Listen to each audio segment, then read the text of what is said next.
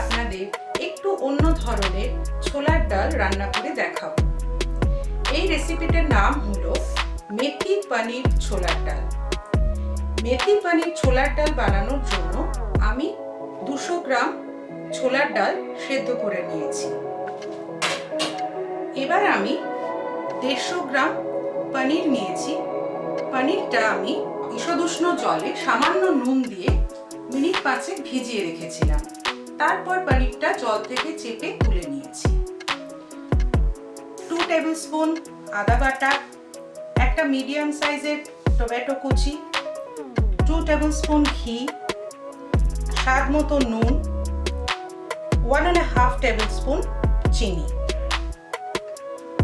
ডালে ফোড়ন দেওয়ার জন্য আমি একটা শুকনো লঙ্কা, একটা তেজপাতা, হাফ টিস্পুন সাদা জিরে, 8-10টা মেথি, 2টো ছোট দারচিনির স্টিক, 4টে লবঙ্গ, একটা বড় এলাচ, 5টা ছোট এলাচ, হাফ টিস্পুন হলুদ ও 1 টিস্পুন আমি জিরে গুঁড়ো নিয়েছি। এছাড়া যেটা আমি করেছি সেটা হলো 2 টেবিল স্পুন কসুরি মেথি একটা ফ্রাইং প্যানে খুব হালকা করে আমি রোস্ট করে নিয়েছি, জাস্ট 1 থেকে 1.5 মিনিটের জন্য। তারপর সেটা হাতের তালুতে ভালো করে ক্রাশ করে রেখেছি। এটা সব শেষে আমি রান্নায় অ্যাড করব। এবার কড়াইটা গরম করে নিয়ে তাতে আমি 4 টেবিল স্পুন রিফাইন্ড অয়েল দিলাম।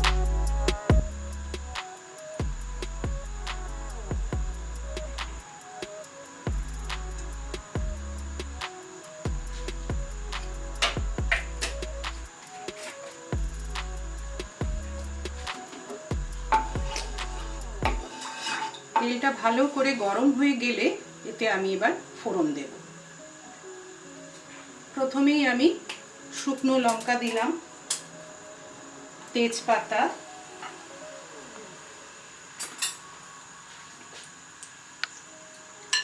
সাদা জিরে দিচ্ছি, মেথি দিলাম। দেখবেন মেথিগুলো যেন পুড়ে না যায়, তার জন্য আঁচটা একটু কমিয়ে রাখতে হবে। দারচিনি দিলাম,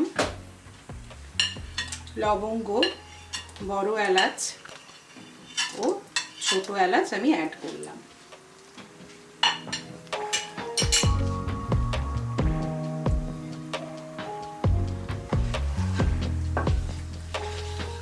কম আছে এটা একটু নাড়াচাড়া করে নিলাম যাতে ফোড়নের একটা সুন্দর গন্ধ বেরোয়।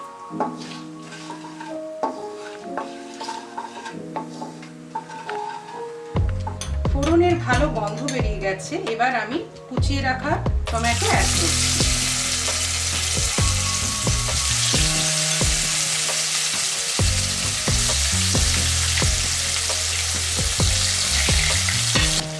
টমেটোটা একটু নরম করার জন্য আমি মিনিট 3-4 জন্য এটা একটু ঢাকা দিয়ে রাখছি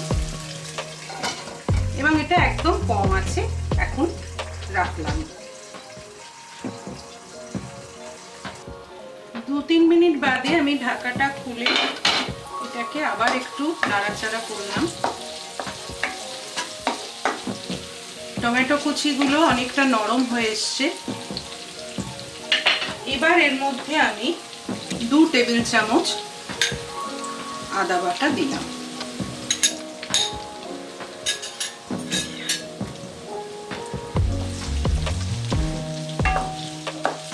আদা বাটা দিয়ে এটা একটু কষতে হবে।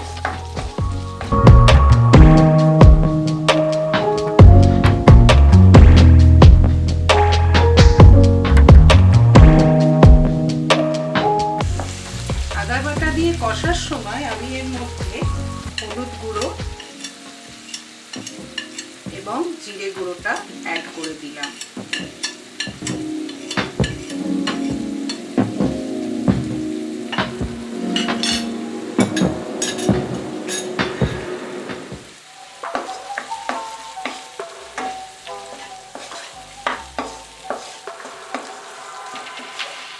এই মশলাটা খুব ভালো করে কষে নিতে হবে যাতে কোনো রকম কাঁচা গন্ধ না থাকে আদা বা টমেটোর।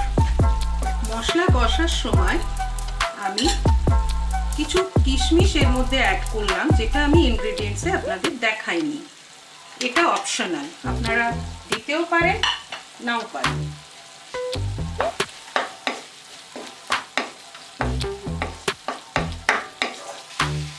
1 টিস্পুন নুন আমি এর মধ্যে অ্যাড করলাম।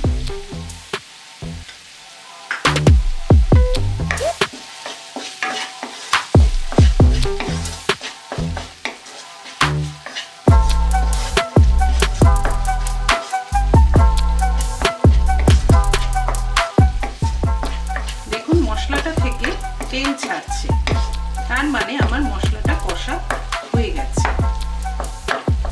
আমি এতে কাঁচা লঙ্কা দিইনি, কারণ এই ছোলার ডালটা একটু মিষ্টি মিষ্টি খেতে হয়। আপনারা চাইলে কাঁচা লঙ্কাও অ্যাড করতে পারেন। মশলা কষা আমার হয়ে গেছে, এবার আমি পনিরটা এর মধ্যে দিয়ে দিচ্ছি।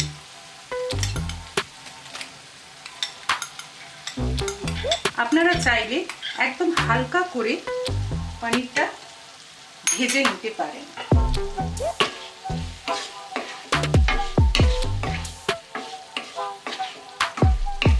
এই রেসিপিতে আমি পনিরটা ভাজা পছন্দ করিনি, তাই আমি ভাজলাম না।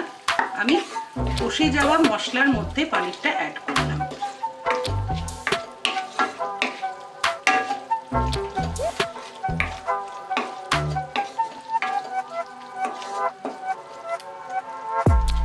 একটু আঁচ বাড়িয়ে এটা খানিকক্ষণ নাড়াচাড়া করতে হবে।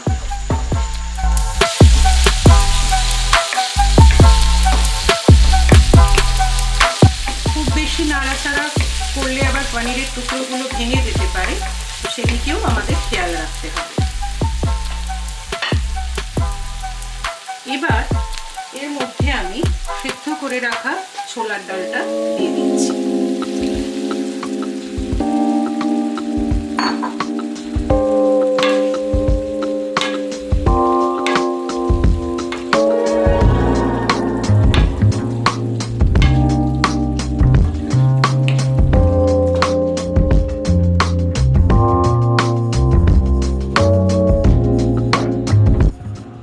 অ্যাড করলাম।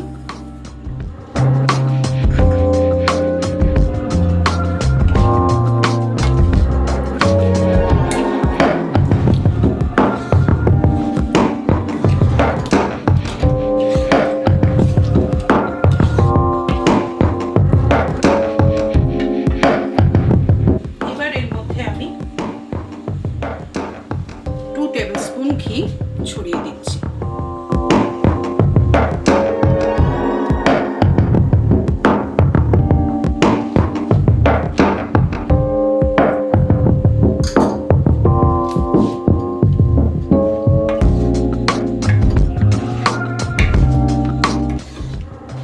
নিরামিষ রান্নায় হলুদ বেশি হলে তার গন্ধটা ভালো লাগে না। আপনারা চাইলে আমি যা হলুদের পরিমাণ দিয়েছি সেটা আরেকটু সামান্য বাড়িয়ে দিতেই পারেন।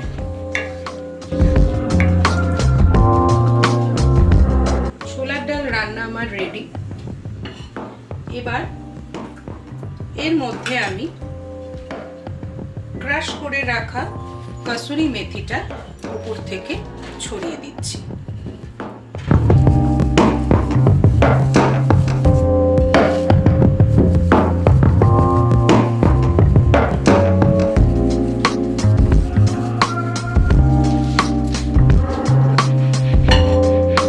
এবার গ্যাস অফ করে এটা কিছুক্ষণ সময়, মিনিট 5-7 সময় আমি ঢাকা দিয়ে রাখছি, যাতে কসুরি মেথির গন্ধ এবং অন্যান্য মশলার গন্ধ ডালের মধ্যে থেকে যায়।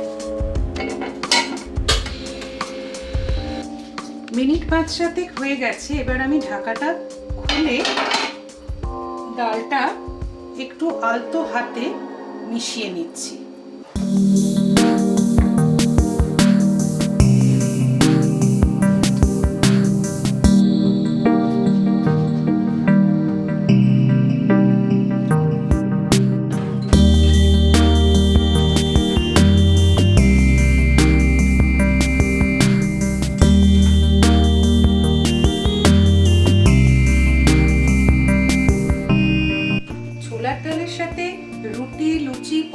সবটাই খুব ভালো লাগে। আজকে আমার ইচ্ছা হলো পরোটা বানানো, তো আমি ময়দা মেখে 4টে একটু বড় সাইজের লেচি বানিয়ে নিয়েছি।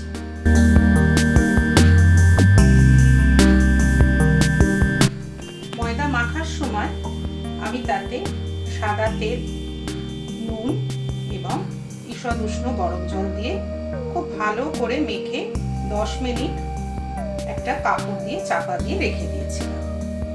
এবার আমি এটা একটু ময়দার গুঁড়ি দিয়ে বেলছি।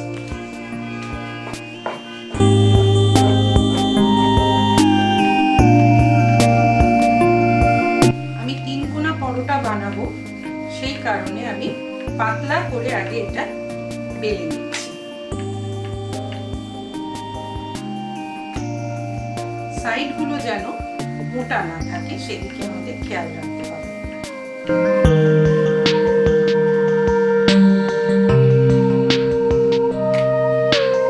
এবার এটা এভাবে ভাঁজ করে নিলাম।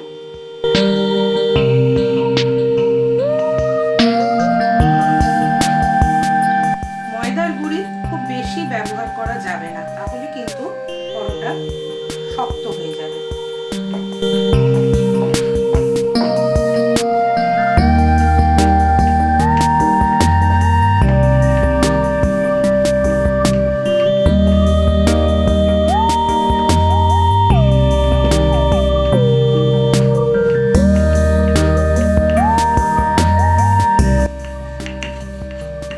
এইভাবে বাকি 3টে লেচির পরোটাও আমি বানিয়ে নেব।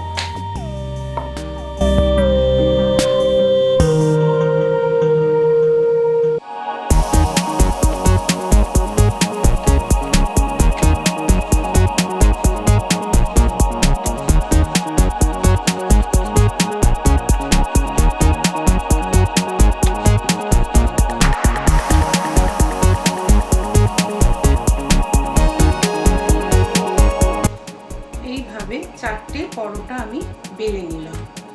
এবার এগুলো সেঁকে নিয়ে ভাজবো। ফ্রাইং প্যানটা ভালো করে গরম করে নিয়ে আমি প্রথমে একটা পরোটা দিলাম। মিডিয়াম আছে, এটা সেঁকে নিতে হবে আগে।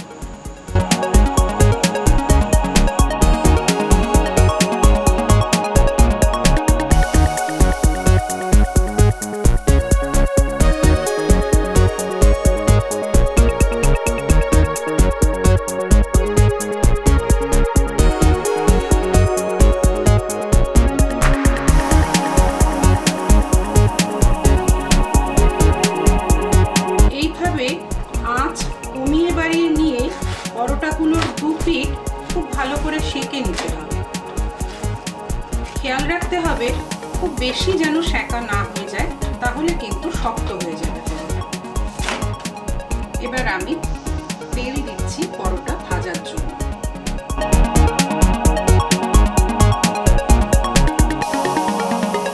কম আছে এভাবে ঘুরিয়ে ঘুরিয়ে খানিকক্ষণ রেখে পরোটাগুলো ভাজতে হবে।